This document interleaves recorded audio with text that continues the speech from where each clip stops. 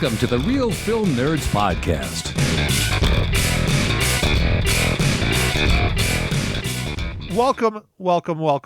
Welcome, everyone, to another riveting, exciting, existential Real Film Nerds Podcast, episode number 362. We continue our Best Picture nominee catch-up, I guess is a nice way to put it. This film that we're going to chat about today came out officially, I believe, in December. It had an early release in November, but wide release in December, I believe. Anyways, we will get into it here in a few minutes because we have some personal ties to it. But before I go any further, he's looking at his phone. Hopefully it is not at porn. My good buddy, Mysterious Mike Talent. Hey, dude. No, I'm just looking at the movie stuff. The movie stuff, trying to figure out how to pronounce Jeffrey Wright. Yeah. Yep. Or Cord Jefferson. Yep. No, I am. Okay. Those are tough ones. Okay. All right, Mike. Well, this week we chat about American Fiction. Do you want to tell everyone our personal connection to it, or do you want to wait until later when we get rolling? I think wait until we're later. Okay. Mike, break this sumbitch down. All right, Matt. So this movie was directed and written by Cord Jefferson, and it's based on the novel Eraser by Percival Everett. And this movie's starring Jeffrey Wright, Tracy Ellis Ross, Erica Alexander, Leslie Uggams, Keith David, Isaiah Ray, Adam Brody. And this movie's about a novelist who's fed up with the establishment, profiting from black entertainment, uses a pen name to write a book that propels him into the heart of the hypocrisy and madness he claims to disdain. Did you get Sterling K. Brown? Oh no, I didn't. He's like further down on the list, but yeah, he's the brother. Yeah, dude, he was fantastic in this movie. He was really good. He was. Well, I mean, there's a lot of people that were great in this movie. But anyway. Yeah, everyone was great. We will get into that right now, Mike. First impressions, thoughts? The trailer kind of gave you the gist of the movie, but I really like the ride of this movie. It was a lot of ups and downs, but it was funnier than I thought it was going to be, and it's just well done. Just a well done movie with very, I don't know, realistic situations, I say. Well, Mike, I thought it was a pretty good movie as well. I enjoyed it. And yes, the trailer does give you kind of an idea of what it's presenting to its viewer, but not everything. Like, there's a few things that caught everyone off guard, especially my mom. And you'll hear about that later on afterwards, even though we recorded her podcast first. But you'll hear about it later. I liked it. I liked it a lot. Jeffrey Wright was very, very good. The entire cast was fantastic. The story was really, really well done and well conveyed. Horrible things happen in the film, and they happen for a reason. And I tried my darndest to explain it to my mom, but she still thinks this film is extremely depressing and sad. And she enjoyed it, but she didn't enjoy it like I did. And that's one of the differences between people that watch a lot of films and your everyday person is they just look at the bad things. They don't look at the motivation and why those bad things happened. And we can get into that later when we get into the spoiler section, because I don't want to spoil anything yet. But the only thing I have to knock that wasn't particularly special, but it wasn't bad, it was just there, was the camera work, the cinematography. It was just okay. It wasn't bad. It wasn't fantastic. It was just there. Yeah. Well, I mean, not every movie that's nominated for Best Picture is just going to have like amazing, camera work. And yeah, I felt it was adequate. Yeah, but if you're going to have a best picture, it should be all around a fantastic film. And this film, I think, hits on just about everything except for the camera work. Like, that's the one that if I had to knock it, I'm not super hot on. There's elements of the story I wasn't super great on, but for the most part, everything else is very good, very well done.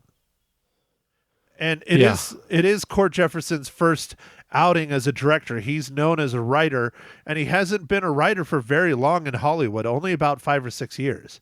And this is his first full-length feature film, and I think he did a very, very good job. Now, granted, I might be a little biased, but Yeah, no, I think he did a great job, and this movie was a lot to it, a lot more to it than I like kind of thought from the trailer. And I was like, that got nominated? I wonder why.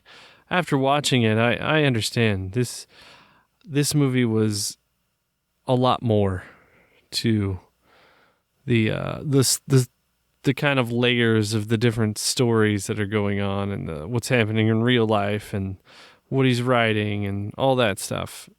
I really enjoyed it.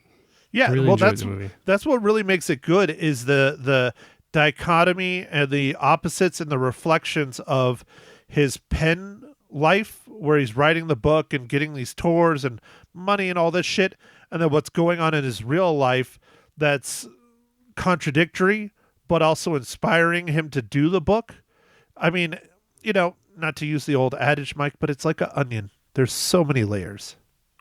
Yeah, oh yeah, and it kept peeling him back. The movie did, and I like that. I like the different dynamics of the family, and even though this family is extremely intelligent, like everybody's a doctor except for our main character. I mean, man. Well, he's technically a doctor, but not like a medical doctor. He has his doctorate. Right. He did have his doctorate, but like that was like a lot of high education people. Yeah, Like, and it's funny because they keep mentioning it that he's a doctor, but he's not. They keep making fun of him for it. I thought that was pretty good. yeah. His nickname was Monk. That was fun. Yeah, well, I liked it all around in that aspect as in the personal life because it goes to show you can have the smartest person in the world and have the greatest life and have the house and have the beach house and have everything to a degree, and everything still can fall apart in the blink of an eye without even thinking about it because shit just happens to people. It does, Matt. Seems to be more on your side, but yeah, it happens to most people.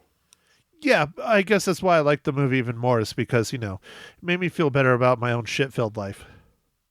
Yeah, because you're like, well, damn, that was way worse than I've ever had to deal with. Yeah. Oh, yeah, definitely. I mean, we'll get into it when we get to the spoilers, but we are not spoiling this film, not at this point whatsoever. So, Mike, why don't you tell our listeners why we have a soft spot for Cord Jefferson? And I had no clue until we talked to superfan Eric.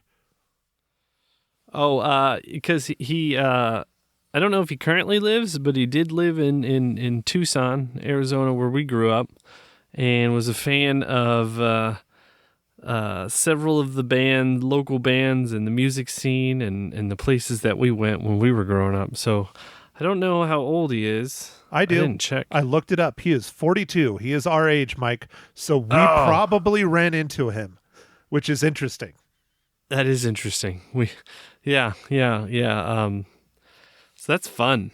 And some of there's little call outs to where we grew up throughout the movie, and superfan Eric definitely pointed out those, and yeah, he's a big fan of this movie.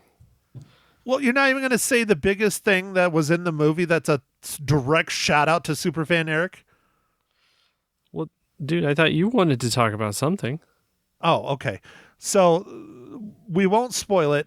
We'll keep it empty right now. We'll talk about it later. But there's a scene where there's a list of things, and all the things that are listed are actually heavy metal rock band names from Tucson, Arizona. And one of those names on that board, I won't spoil which one it is, but one of those names on that board is superfan Eric's band from Tucson, which is amazing. It is amazing, dude. It's so much fun.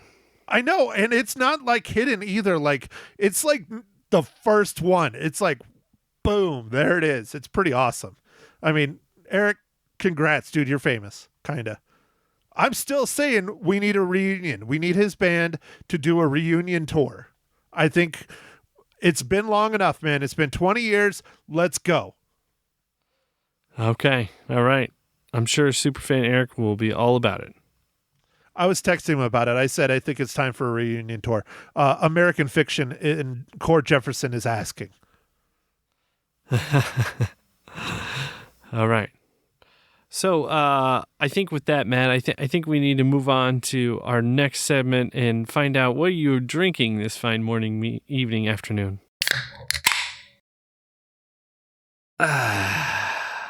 Well, Mike, I went to the store and purchased another Arizona-based beer that was expensive. This one is not out of Tucson. I thought it was, but I clearly get Tempe and Tucson mixed up. But this just sounded like a good quality, unique beer.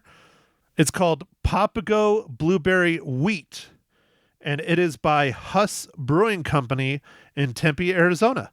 And it is very blueberry. Now, it is not as like forgiving as like the Big Blue Van. Have you had the Big Blue Van before, Mike? I have not had the Big Blue Van. Oh, God, you're missing out, dude. That is such a good beer. It's very similar to this. It's a blueberry wheat. That is more of a wheat with a hint of blueberry. This is more a blueberry beer with a hint of wheat. Gotcha. Is it too much? No, I don't think actually, I like it. I like blueberry, so I think it's pretty good. But it's not one I would probably drink a lot of. It's, as you would say, Senor Beer Connoisseur, dessert beer.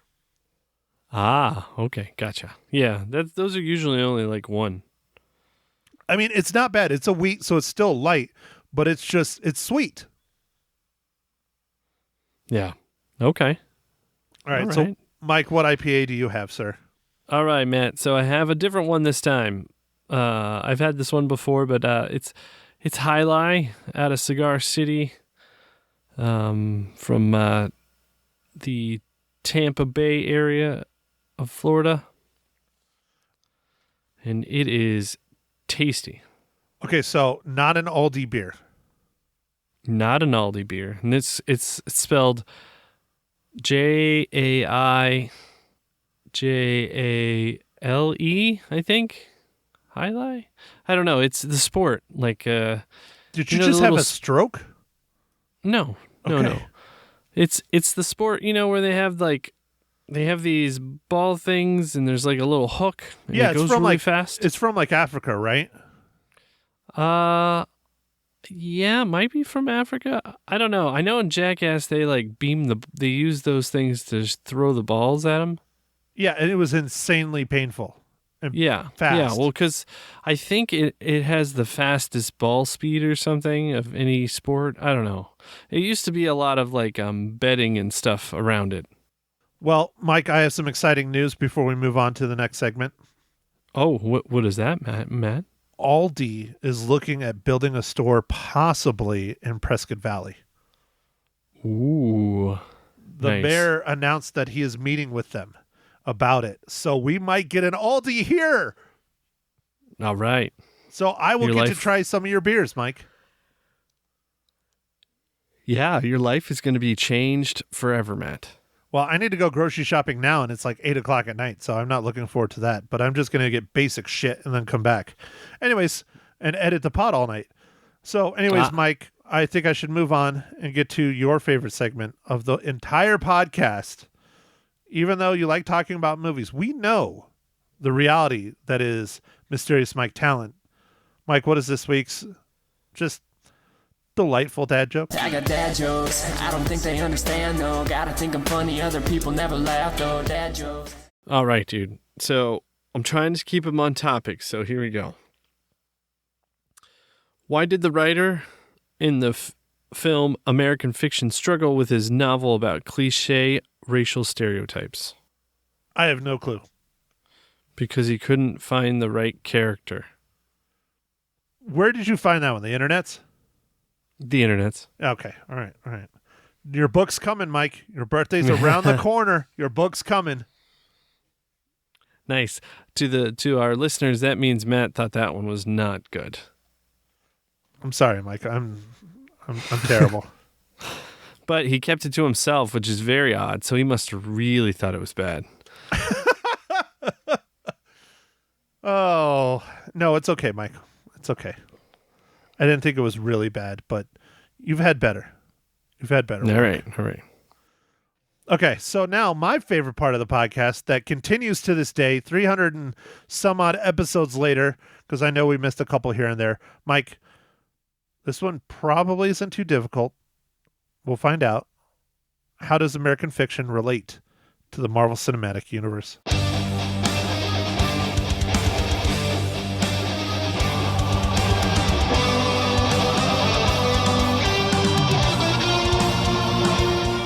All right, Matt. So this one's not too difficult. Sterling K. Brown, which you mentioned earlier, was also in Black Panther, which is my first pod for the podcast. Back in, I don't know, when was that? 2018? Like March of 2018? Yes, I believe it was March. It might have been April, but I think it was March. I'd have to look it up. I do know it was episode number 4. Yeah, and so he was in Black Panther. His character is Najabu. I'm sure I messed that up, but anyway. Yeah, so this one wasn't too bad. See? Easy peasy, Mike. You got it. I did. Boom. Here comes the dynamite. Here comes the dynamite. Yep. There's a nice little Cleveland Brown reference for you from Family Guy. That's always fun. Yeah. Anyways, all right, Mike. Well, we are now into the spoiler section of our said podcast. I'll just go right into it because, my mom was very distraught and upset about this. It's mostly because of, things we've had go south in our life. But the reason why she thinks this movie is so depressing is because Jeffrey Wright's mother in the film is coming down with dementia, and that's how she lost her father. And it really was not good, and it was really terrible. And that year we lost 4 or 5 members of my family, not like, distant members, like not immediate members, but like my aunt and my grandma and my grandpa. It was just a fucking disaster of a year, and that was when I was in college, and it's clearly very fresh still in my mom's memory, even though it's been 20 years. And then the other one, which again, huge shocker, his sister having a massive heart attack and just dying, and she was not that old. Yeah. Matt, since we're in the spoiler section, Yeah. I will say I did like the way, and Mags pointed this out to me, we liked the way that it was shot with his sister dying and he kind of could see but couldn't see. It was very tasteful. Yeah. I thought that was a pretty cool way of doing it with the just seeing, like, he could only see her feet and it looked like she was getting CPR maybe, and then, like, it was interesting. No, it was very well done. Yeah, I agree. That was a very good, if there's such a thing, good death scene. Yeah, sad death scene. Yeah, I thought it was a smart way of showing it without showing it in ways that we've seen a million times in movies, Like, it was just a different way of getting the point across without having to show everything. Well, and it also shows you realistically how it probably really happened versus people sitting there trying to pump on her chest in the middle of the street. Like, no, they got her in an ambulance, they got her to a hospital, and they were working on her. That's a heck of a lot more realistic than most movies do it, Yeah. They, she's at the restaurant, and then, they got her to the hospital and stuff, yeah. But this is where I alluded to it earlier in the pod, but this is where I really had to try and explain this to my mom because she didn't care. She just saw it as depressing and sad. I'm like, Mom, you have to understand, those things happening is what inspires, if not forces, Jeffrey Wright's hand to write the novel, because at this point he needs the money. He has had this idea in the back of his head for a long time. He's been trying to get his book published and no one wants anything to do with it.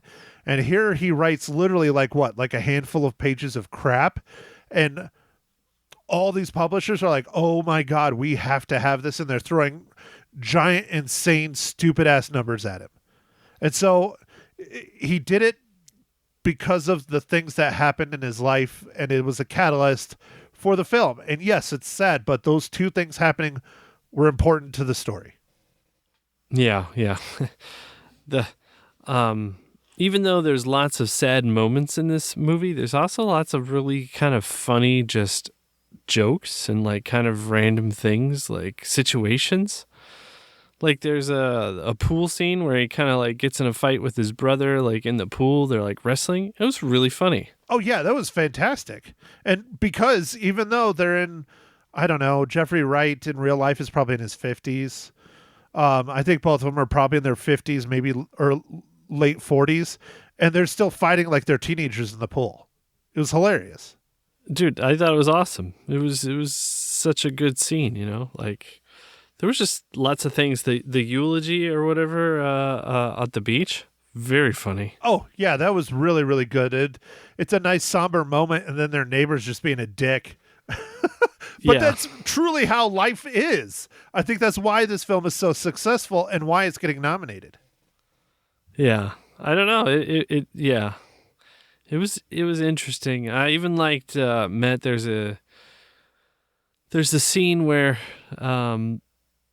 you know, our main character, Monk, he gets volunteered to judge other writers or whatever, and he's in the room with one of the writers who wrote something that's kind of along what he thinks is the same like line, and they kind of have like a disagreement and stuff, and then it kind of stops, like because some other people enter the room, and it's never resolved. I love it. I was like, that's real life right there. Well, Mike can also point out who those other people are and the reason why they stopped arguing. Well, yeah. There are other critics that are on this panel of, I guess they're judges, right? That's what they were, judges for like a literary, I don't know, club that was based out of Boston or something. Yeah, it was some kind of big literary award for books. But Mike, it wasn't just that. They were the two, I don't want to say token, but that's kind of what they were on this award panel. And they even kind of admitted in the film, you know, Jeffrey Wright and I'm forgetting the name of the actress that played the other writer. Anyways, doesn't matter. Or was that Tracy Ellis Ross? I think that was Tracy Ellis Ross, wasn't it? Hold on. I'm spacing on the names, dude. I watched this like Wednesday of last week, so I watched it almost a week ago. Ah, okay. Yeah. I gotcha. Anyways, the point I'm getting to is that Jeffrey Wright and the other female character, they're the token like black people on this panel, and everyone else is old white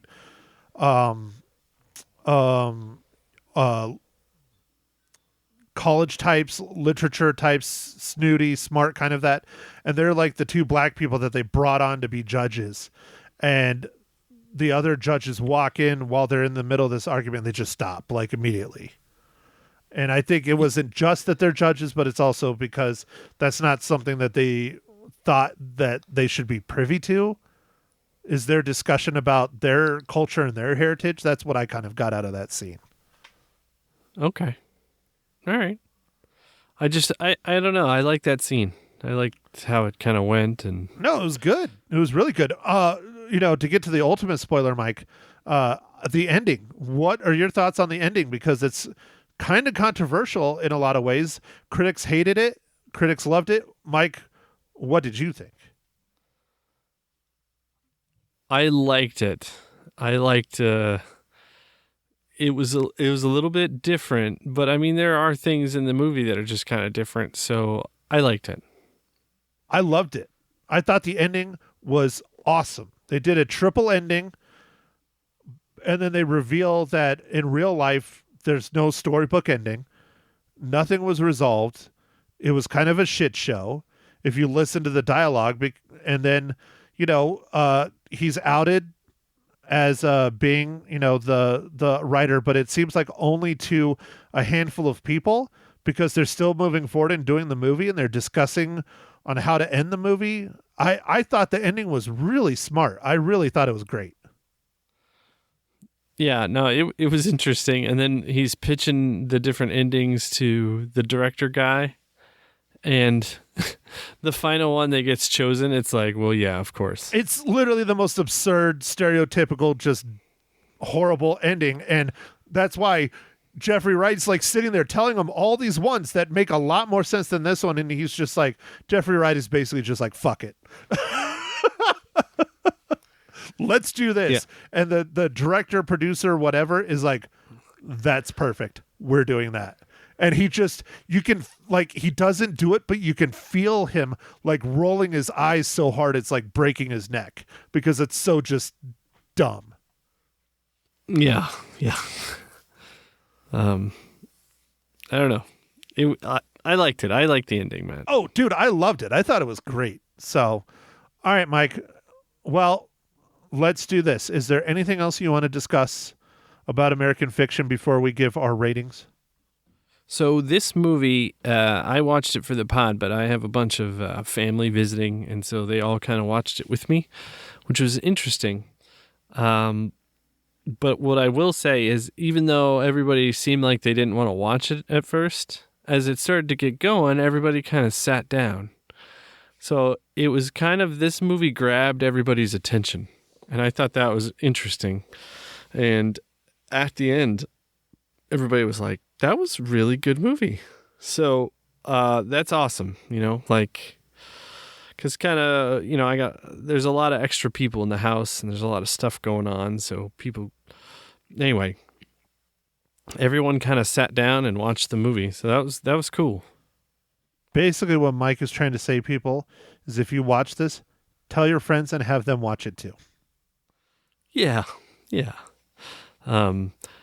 This movie was not in the theater for very long, and it's not really on the streaming besides rentals or buying it. So I want people to see it though. Like dude, it was.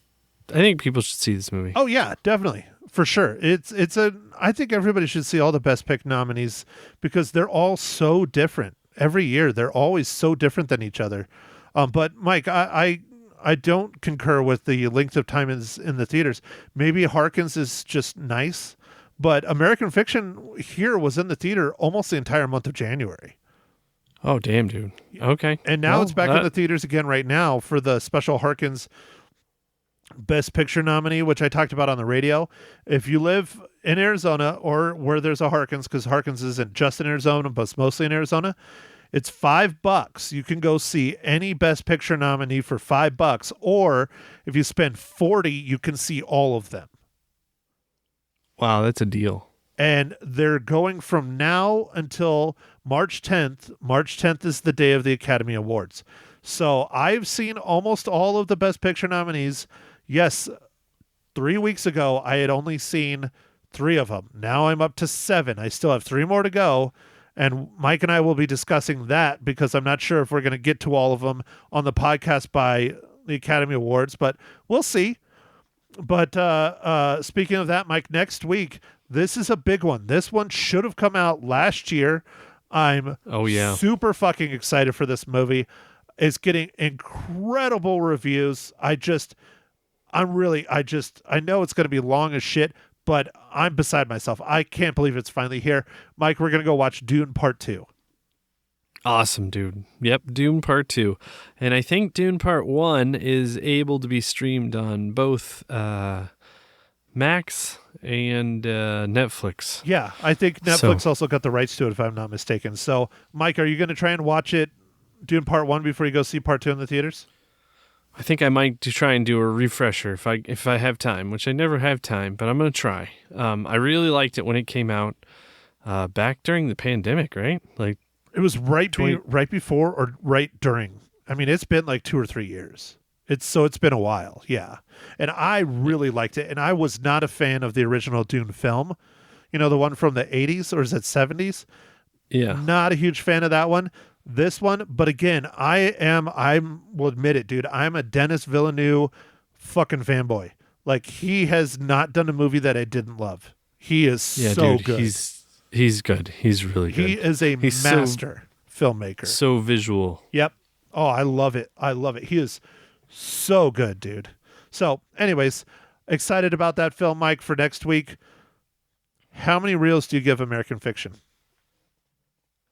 I think I'm gonna give American Fiction 4.5 reels, man. I really, really liked it. Dude, you got me beat. I really, really liked it too, but I guess I didn't like it as much as you. I give it 4 out of 5. Okay. All right. Not bad. Not bad. I am glad it's nominated for Best Picture, but I don't think it's going to win. If I was picking Best Picture, it wouldn't be my Best Picture. Again, I still have 3 more to go, but Mike, do you know what movie I'd probably pick for Best Picture? Let's see how well you know me. Let's see, dude. Best Picture. There's 10 films. There's one I really liked so far above the rest. I've liked just about all of them I've seen, except for one. What's the list of the ones that you've seen so far? Oh, shit. Of course, you're going to make me go look it up. Hold on. I got to type. All right. To the internets. To the internets, Mike. Okay, so these are all of them so far. The Holdovers, American Fiction, The Zone of Interest, Barbie, Anatomy of a Fall, Past Lives, Poor Things, Oppenheimer, Maestro, and Killers of the Flower Moon. The 3 that I have not seen yet are Past Lives, Anatomy of a Fall, and The Zone of Interest. Okay. Oppenheimer. Correct. Have you watched Holdovers yet? No, I haven't had a chance. So Killers of the Flower Moon and Holdovers are really close to Oppenheimer. I really liked the Holdovers. It was very good. I don't know if we're going to review it on the pod, so I don't want to give my rating, but I really, really liked the Holdovers. I was shocked how good that movie was. Okay. All right. I'll have to check it out. So Zone of Interest, I think I might have to purchase that one. It's all subtitled. They have it in the theaters, but the problem is my mom wants to watch it. And so she needs someone to sit down with her and read the subtitles for her so she knows what's going on. So I might be asking for you to help chip in on that one, but we'll see. Even if we don't review it, I think we should, though. Even if it's after the Academy Awards, I still think we should. It's history based, and I've heard nothing but incredible things about that film. Okay. Awesome. So anyways, all right, Mike. Well, with all that, I dragged on a little too long there, but the Best Pictures, Academy Awards, they're right around the corner. We're still on topic, and this is a nominated one, and it's a fantastic film. I agree with you. Everybody should watch it. I think everybody should watch all the, Best Picture nominees personally. So. All right. Cool, man. So I guess with that, we'll wrap it up. So thanks for listening, everybody. Make sure to catch us on next pod next week, Dune 2. And follow us on Instagram, X, or formerly known as Twitter, and Facebook. Thanks, everybody. Thank you for listening to The Real Film Nerds. Now don't forget to follow us on Facebook, Twitter, and Instagram at Real Film Nerds. Now go out and catch a movie.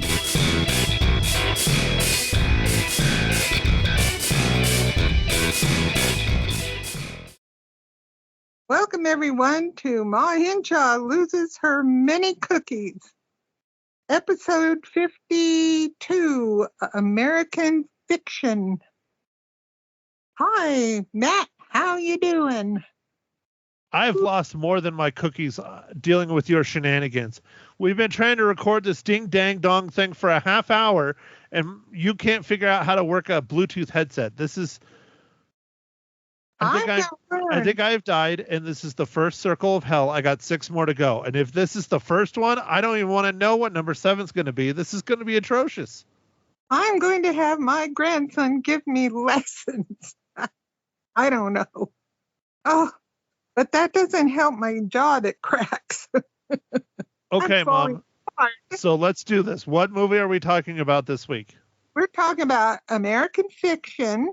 Directed by Cord Jefferson. Oh, The Tucson, right.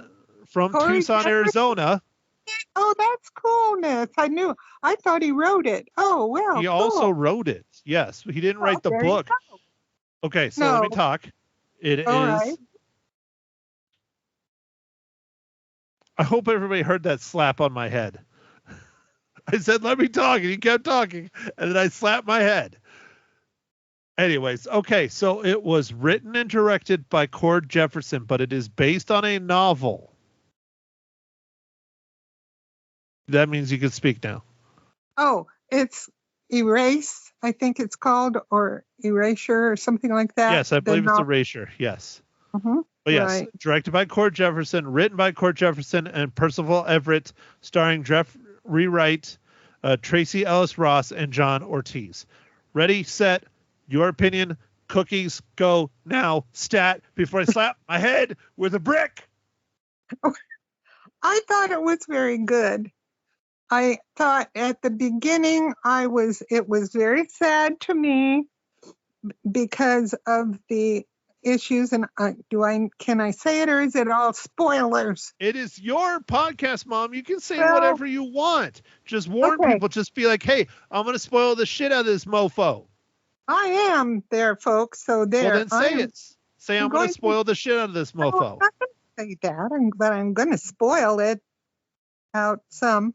Because at the beginning, the reason he writes this book is one of the reasons is because his mom has Alzheimer's. They have to figure out what to do with her, and it costs very much to put folks in a home.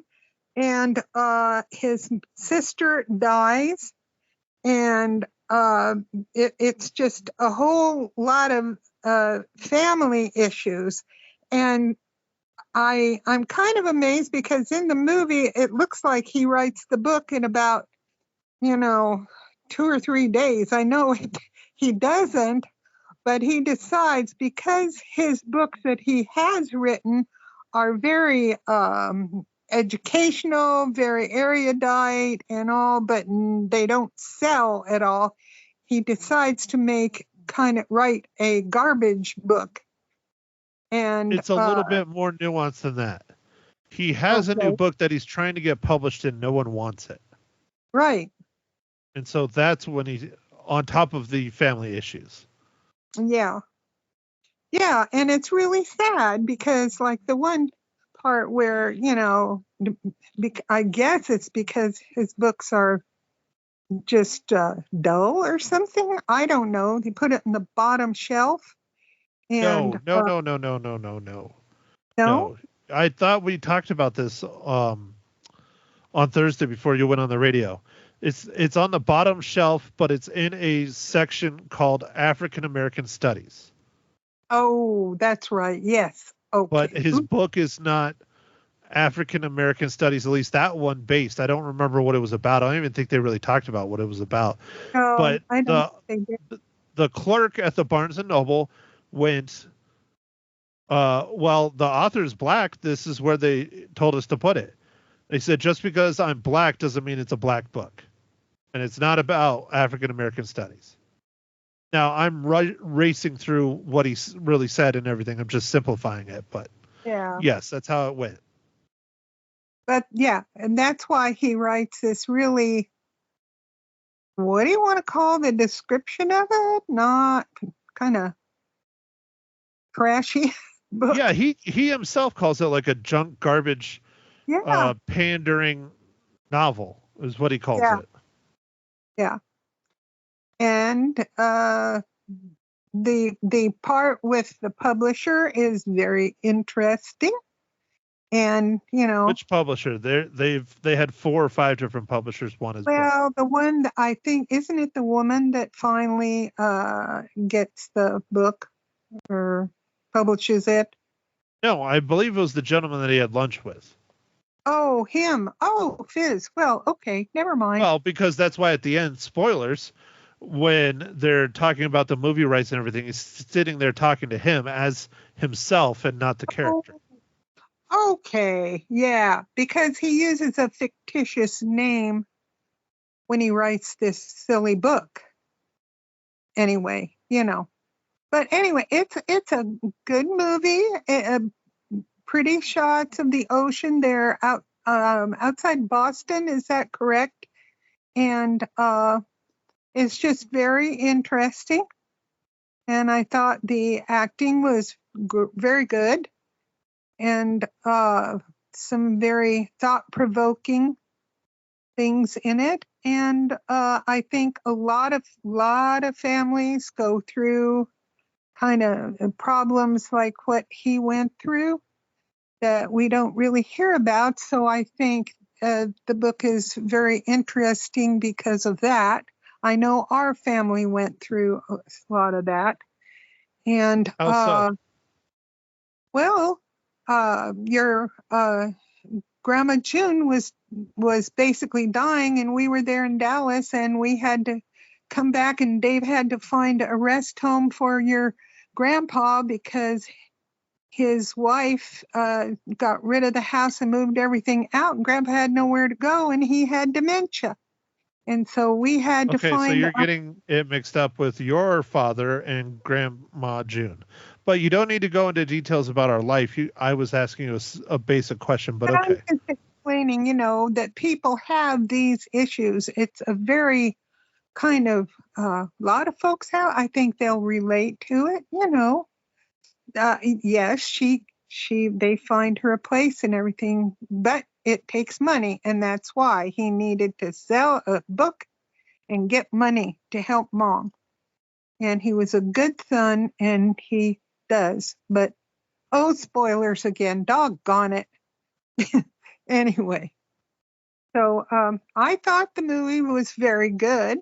There were a few things I had issue with. And that's why, well, can I give my rating now? Well, what do you have issues with? Well, people want to Um, know the good and the bad, Mom. That's why they listen to Ma Hinshaw Loses Her Cookies. That and your shenanigans. oh gosh, my shenanigans are terribly bad. Tell Anyway, me about it. well, I don't know. I had issues with his relationship with his brother, and I was not. I don't know. The publishers fighting over who's gonna, publish the book and all that. It kind of bothered me a little bit. Of course, as you say, it's a satire, which when you think of it in those terms, then I'm better with that, But yeah, it just was a little sad. It was kind of sad, and kind of sad that he had to lower himself before he could earn money. You know what I mean? But the acting was very good, and I don't know, the cinematography. Well, it was okay. I mean, the ocean scene was pretty, and where their house was, that was very nice, right on the beach. But I didn't think it was terribly exciting. That's why I'm gonna, give it a 4. Okay, so you give it a 4, which is a pretty good reading. That's a B. Mm-hmm. It's a very Mm-hmm. good reading. So people Now, should rush out and go see this then in the theaters? I don't know if you should go to the theaters. I think it would be just fine to watch it at home too. I really do. So Yeah. people should wait until it comes out on streaming, or should they pay $20 like I did so we can watch it on Vudu? I think you should Is it wait. worth $20? Well, I don't know about that. I thought Okay. it was good. It is But, nominated for Best Picture. Is it your pick for Best Picture? No, Okay. it is not. Mm-mm. What movies haven't you seen on the Best Picture list? Whiskers, I don't know. I really don't know what ones I've missed. And I don't have a list. I've seen a lot, but I don't know what else is out there that I Okay. haven't. Well, then let me ask you this. What movie would you pick for Best Picture? Well, I really loved Killers of the Flower Moon, but I also loved Oppenheimer. Those two are in contention to me, but I don't know if they'll, they are my favorites. If you had to pick one to win the best picture of the year for the year 2023, the movie you have to see, you can't miss, existing on this planet, which one out of the two? I'd say Killers of the Flower Moon. Okay. I thought the actors just did, even Leonardo, they all just were top notch, my view. Okay. Well, that's why I'm asking, because, we're getting there. And I loved the girl that played Molly. I think her name's Gail. And she was just really spot on. Very, very good. Yeah, that's why and I loved Oppenheimer. I really did, but I think I liked the Flower Moon more. Well, she just won the Screen Actors Guild Award, I believe, for best actress in a role. I'm not sure what they call the Screen Actors Guild Award for it, but yes, the young lady that played in. Can I talk, Mom? Right? Okay. I can't talk the same time you do. It doesn't. People can't hear it. Okay. Mm-hmm. So yes, I do believe she just won the Screen Actors Guild Award. I don't remember what it's called. I will try and figure it out without having to click on the computer because of my keyboard so loud, but people should know that by now. Let's see. Her name is Lily Gladstone.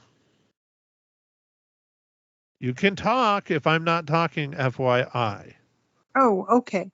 Oh, yes. She just did a beautiful job, and that was a big part, and she was just amazing. I loved her work. I really did. And let me see. I'm just trying to see if it has the name of the award. You know the most depressing part is, Mom, is she's younger than me and Heather. Ugh. Oh. People do so much with their lives. I feel like such a slacker. And she had a lot of courage because she's from the Blackfoot Nation, I think, in Montana. And she wanted to act. I did read a little bit up on her. And she was like, well, I don't know, and she tried, and she's great. Mm-hmm. So, yes, she won. This is what the Screen Actors Guild Awards call it. Outstanding performance by a female actor in a leading role. Awesome. Wow. Isn't that offensive, though? Because they didn't say actress, they said actor. Oh, no, that's all right. They're all actors, actually. But yeah, the Academy Awards say best performance by an actress in a leading role. See? They do, don't they? Yes. But that's what she's nominated for. The film's not nominated for a lot more than that. But anyways, okay, Mom. So next week we hit the theaters and we're going to go watch Dune 2. And I have to watch Dune 1 again first. You haven't watched Dune Part 1? I have. I watched it in San Clemente. 3 years ago or more? And I don't remember much. And so I want to watch it again before I go see Dune 2. So, and Dad has to take me, so that'll be really interesting. Well, you better get to work because, Part 1 is at least 3 hours and Part 2 is 3 hours. That's a lot of movie watching. 3? Oh, my. Okay, tomorrow it will be an all-day thing. All right. Thank you for the warning. Tell Dad to hook up the colostomy bag. No. Oh dear. Yeah. Well, I'll probably need it. No, I'm going to have to drink Coke to keep myself awake. And I'm trying not to drink Coke, but I'm going to do it anyway. And I'll eat lots of M&Ms. And what else? Oh, I don't eat popcorn. So, Cheetos. That's it. Well, anyway, have fun, folks, with the 3-hour movie if you go. That's nominated? What's nominated? Dune 2? No, it just came out. It's 2024 film. Oh, it's a 20. Oh, good. Okay. Well, when you figure out what I have not seen, let me know. I hope it's not many. I don't know. Mom, I mean, you watched The Holdovers already, right? Yes, I did, and that was very good. Yeah. That's one we haven't reviewed yet. Oh, And then there's the Falling one, and then there's the Love one. And I think that's it. Falling one? Oh, no, and then there's the one about World War II with the Nazis. No, I haven't seen that either. Okay. Yes, well, I'm probably going to have to buy that one, or you're going to have to go to the theater. But Anatomy of a Fall. You haven't watched that one yet either. No, Oh, yeah, there's at least 3. Wow. Oh, well, it'll keep me busy. All right. Well, Mom, you have like 2 weeks to do it. Okay. 2 weeks. The Academy Awards are on March 10th. Boy. Okay. All righty. I'll do my best. Now, is the one about the Nazis in the movie theaters? It has been, yeah. I just don't know if your theater has it or not. Oh, go figure. Probably not. But you are probably going to want to watch it at home because it's all subtitles. Oh, yeah. Because I'll need somebody to read them to me or forget it. It's all in German then? Yes, it's all in German, I believe. Oh, my goodness. Okay. Yeah, I may be out of luck on that one. Something rather for a fall. That one I could probably see somewhere. I don't know. Anyway. I'm not sure if that's in the theaters anymore or not. Mom, they all are in the theaters here because I have a Harkins. Well, smarty pants. It's not my fault I live somewhere better than you do. Better than I do. Of course you do. Anyway, well, thank you, man. I'll do my best. Okay. Which is very good. Okay. All right. Well, is there anything else you would like to add to your illustrious podcast? No, but I do suggest you watch this movie because it is very good. Okay? Okay. Well, thank you everyone for joining us for another chronicling episode of Ma Hinshaw Loses Her Cookies, number 52. Her take on a movie that won. What's it called? American Fiction? Mm-hmm. See, now I'm just messing with you. I'll stop. Oh, gee. Thank you. Ma Hitchaw's take on American Fiction. Next week, if she makes it and doesn't fall asleep, or we'll find out how many times, Dune 2, starring Timothée Chalamet. So, anyways, thanks again, everyone, for tuning in for another episode. Chat with you next week. Bye.